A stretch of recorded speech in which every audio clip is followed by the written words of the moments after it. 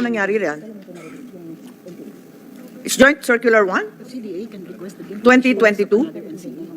Yeah. The other question is, regardless of the joint circular, did the CDA request for another NCA para maibalik ang pera sa inyo? Ba't hindi kayo nag-request ng pera? Given Senator Robin Padilla, ang hirap talaga naghanap ng pera. May hingi pa ng dagdag, di naman mahanap yung dati, nagsusoli pa. Yeah. Yes, did you ask for an NCA? Madam Chair, for the 2022, it was automatically reverted to the National Treasury, the 118 We've already million. gone over For that. the 2024, yes, because the project is up to 5 years, so we also asked for that 2023, 250 million na NCA po. Parang ang gulo. Teka, year by year. Simulan natin. Kailan ba? 2021? Ano nangyari? Pwede ba ikwento ninyo ng maayos? Sige, kailan yung release ng 2021, if any? Wala po sa 2021. Yung pala ba't may banggit kanina? Sabi ng BBM, yung circular 2021. Wala naman release ni isang kusing ng 2021. If I may, Nagsimula ng May 2022. The joint memorandum circular between the COA, DBM, and the BTR was issued in January 28, 2022 po. O kaya nga, hindi 2021. Yes, ma'am. I stand corrected, ma'am. Okay, January 2022. Yes, ma'am. Ang problema, 1 year ang validity ng trust receipt, pero ang release was November, mid-November. The notice of cash allocation to that CDA was released in October 2022, ma'am. Pareho pa rin yun. It was a notice, Madam It's Chair. only an NCA in October. NCA pa lang yun. One of the requirements, ma'am, for the release of the Coconut Farmers Development Plan from the trust receipts is the memorandum of agreement between the Philippine Coconut Authority and the implementing agency, as well as the Bureau of the Treasury Trust Receipts, Bureau of the Treasury ang point Certification. kasi, kayo may kasalanan, hindi kayo nagbigay ng pera. NCA, late na nga.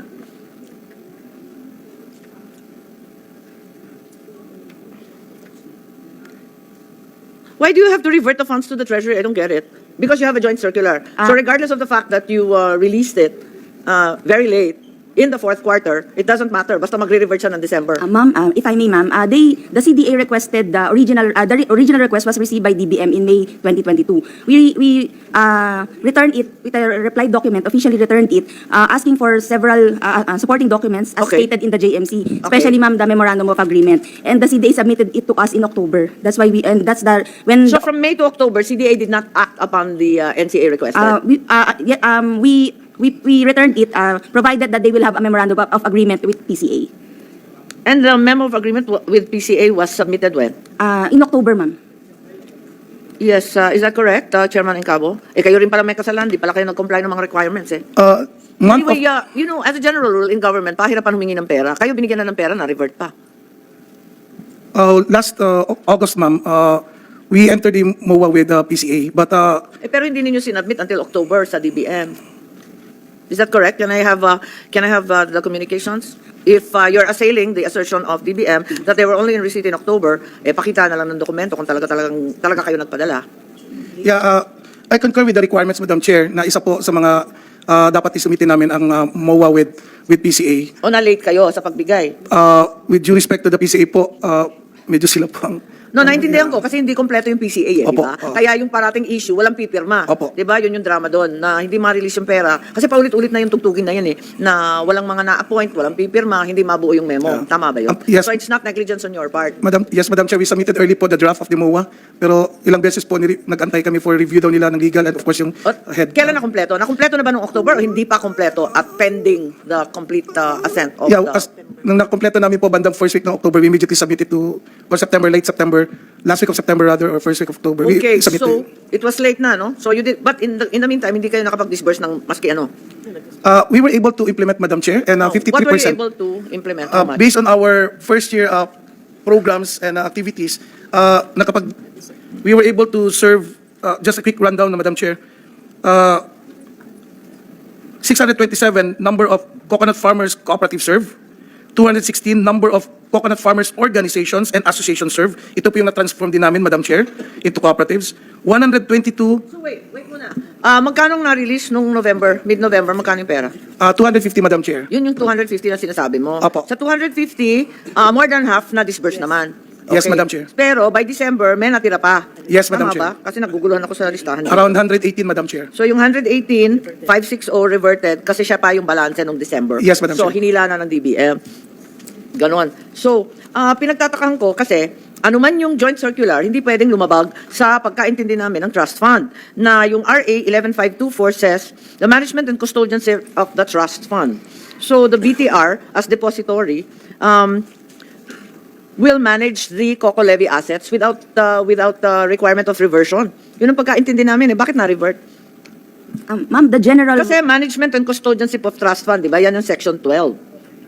Depository lang ang treasury, pero nananatili pa rin COCO levy, di ba? Yes, ma'am. The trust fund itself is being managed by the Bureau of the Treasury, and Kaya the nga. cash allocations, ma'am, that was released to the agencies are being reverted every Okay. year, pero po bumabalik ulit siya sa BTR. So yung 118 na revert, what is the nature of that? What's the status na ngayon? Balik po siya sa Bureau of the No, I Treasury. understand. Pero sino magmamanage niyan? Treasury. Yes, ma'am. Tapos, paano nila kukunin? Magre-request sila for a new NCA? Yes, ma'am. Ginawa ba ninyo yon at kailan? Yes, we did propose to the Finance Management Committee of the CFIDP, ma'am, but still subject for approval of the said committee. So you haven't actually requested a new NCA? We requested for an additional budget, but the No, that's initial not additional budget. You're yeah. requesting for the return Yes. of the amount reverted. Yes, I so stand did you corrected, Madam request Chair. for the new NCA or not? May I, Madam Chair? Kasi the discussion when the program was implemented, those that are reverted to the Treasury, hindi na daw pwede i-request for NCA. So ang Bakit? nangyari, that Is was that correct? ang nangyari, You Madam cannot Chair. request for a new NCA? I'm sorry. Sorry, can we just Kas- get the DBM to answer? Ma'am, it's based on the JMC, the Joint Memorandum Circular. Any unutilized funds coming from the trust fund of the agencies will automatically be reverted to the National Treasury. However, every year naman po, meron naman pong 250 million na pinoprovide No, pero for the yung sinasabi implementing mo, yung agencies. hindi nagastos na 118, forfeited na forever. It's Aasa na lang sila sa panibagong 250. Ganun ba yun? for the cash requirements, ma'am, it will really revert to the National Treasury because it's a trust receipts in nature. Hindi tama yung DBM dyan. Ang alam ko, ang trust receipt, talagang sinusoli yan sa dating agency. Hindi yan pwedeng hawakan ng treasury at aasahan na lamang yung new appropriations for the following year. Wala naman yatang ganun.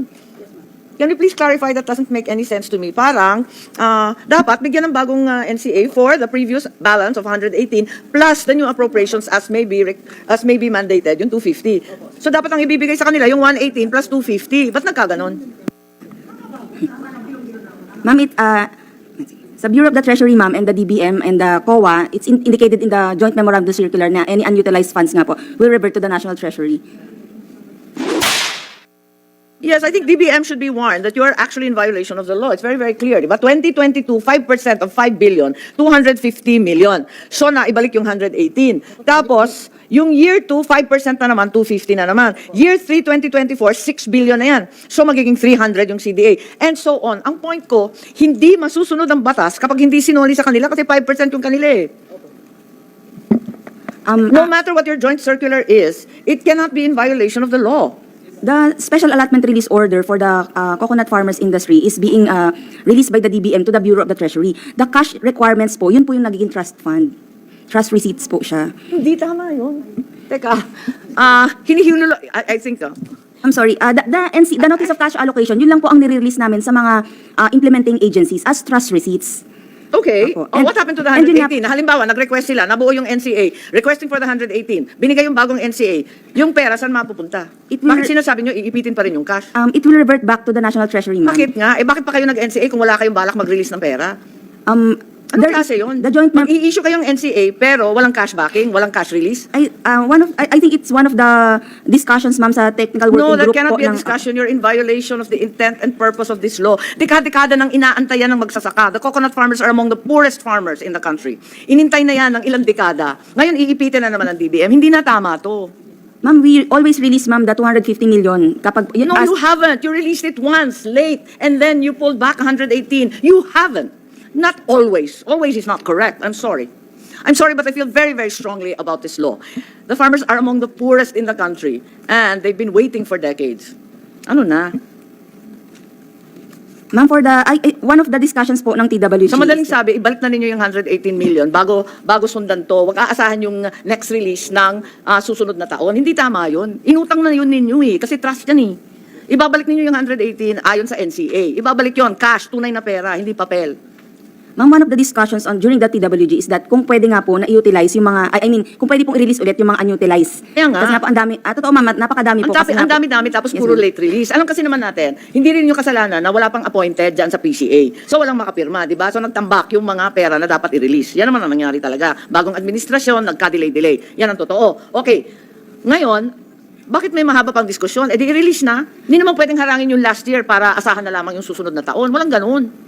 Isa po yun sa mga naging discussion sa TWG, O Technical tigilan na Working yung Group. discussion, i-release na. Pera na please.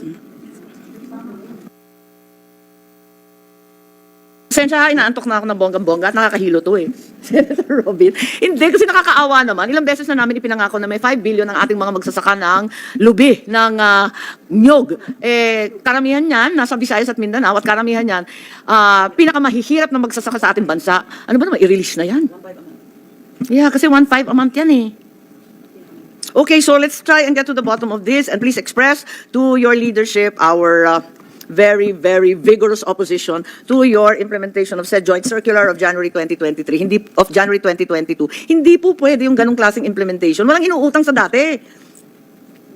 Dapat i-release yun at wag-aasahan yung 250 na darating pa. Otherwise, hindi masusunod yung, naku, ang haba-haba ng diskusyon na ito. Itong batas na to, nabito na 2 beses, pabalik-balik sa amin. Maawat mahabag, ngayon implementasyon na lamang. Eh, hindi pa ibibigay. Ano ba naman talaga?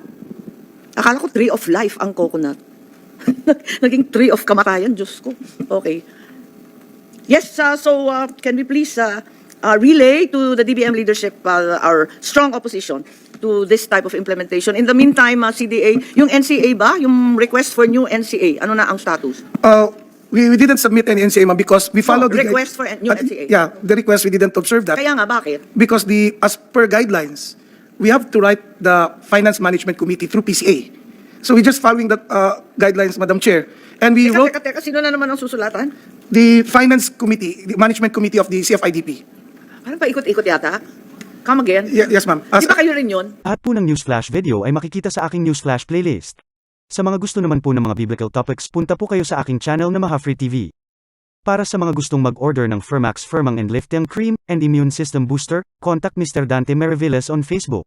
Cell phone number 090865535757.